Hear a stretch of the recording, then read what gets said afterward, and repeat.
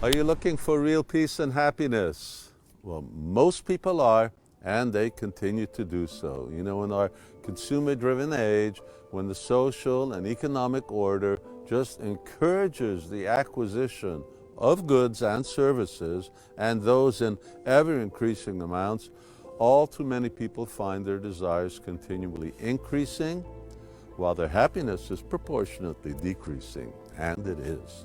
People are even trying to buy happiness, one happiness book or one happiness pill at a time. But the result remains the same, still unhappy, and driven to slavery by insatiable desires. What to do? Okay, for a change, let's turn to the timeless teachings of the Bhagavad Gita, the undisputed handbook of yoga, which guides us to learn from the example of the ocean. Krishna says, and now this is in Sanskrit, Apuryamanam achala pratishtam samudramapa pravashanti jadvat tadvat kama dyad pravashanti sarve sashanti mapnoti nakama kami. Translation? A person who's not disturbed by the incessant flow of desires that enter like rivers into the ocean, which is ever being filled, but is always still, can alone achieve peace, and not the person who strives to satisfy such desires. Now just see the countless rivers that ever enter the ocean, which is always being filled, but always remains calm, always remaining the same, steady. It never crosses beyond the limit of its shores. It's peaceful.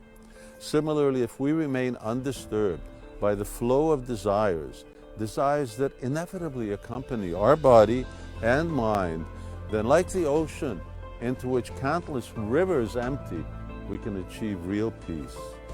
How do we remain undisturbed like the ocean?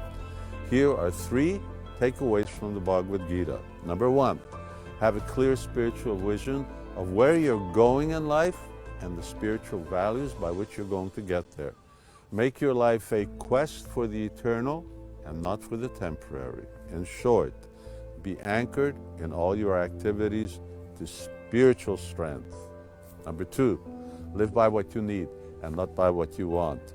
Depend on the Supreme to fulfill your desires for the necessities of life, for the basics. In other words, keep it simple. And number 3, remain satisfied within. Be satisfied when you get what you need. Don't try to compete with your neighbors, and don't be a slave to every internet influencer. Be satisfied by fulfilling your spiritual aspirations, self-realization. Now, you may well ask, well, where does the inspiration to follow these 3 takeaways come from? And my answer is from the steady intelligence that you will get from studying and contemplating the eternal truths of this handbook of yoga, the Bhagavad Gita. Don't be like those restless and unhappy people who are vassals to never-ending desires. Follow the example of the ocean, and then you will learn real peace and happiness.